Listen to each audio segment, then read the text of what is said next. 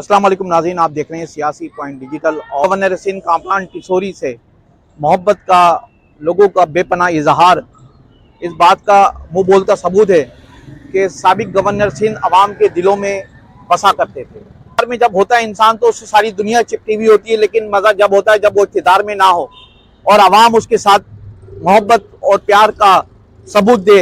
ये होता है कामरान टिसोरी के लिए अवाम की मोहब्बत।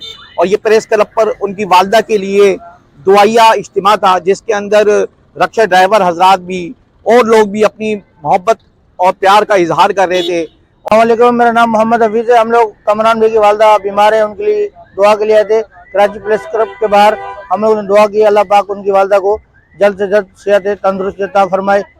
हम लोग दुआ किए सब ने भाइयों ने मिलके, और अल्लाह पाक उनकी वालदा को जल्द से जल्द तंदुरुस्ती अता फरमाए। ऐसा गवर्नर हमने कभी नहीं देखा जिसके लिए गवर्नर हाउस के दरवाजे आवाम के लिए खोले गए। उस दिन मैंने औरतों को रोते हुए देखा है, मैंने बेहोश होते हुए देखा, इवन कहते हैं मर्द नहीं रोते, उस दिन मैंने मर्दों को भी रोते हुए देखा है कि मर्द भी रोए भाई के पीछे। ऐसा गवर्नर ना था, ना है, ना होगा।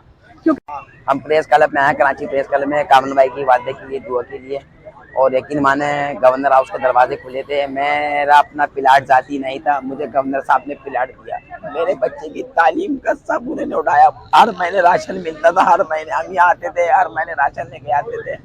यकीन माने मेरे बच्चे की पढ़ाई भी गई, और यकीन माने मेरे घर का राशन भी गया। मैं भाड़े का रक्षा चलाता था, रक्षा लेने रक्षा भी चल लिया। हमें ऐसा ही कामरान चाहिए, कामरान भाई चाहिए जो हमारी आवाम का ख्याल करता है।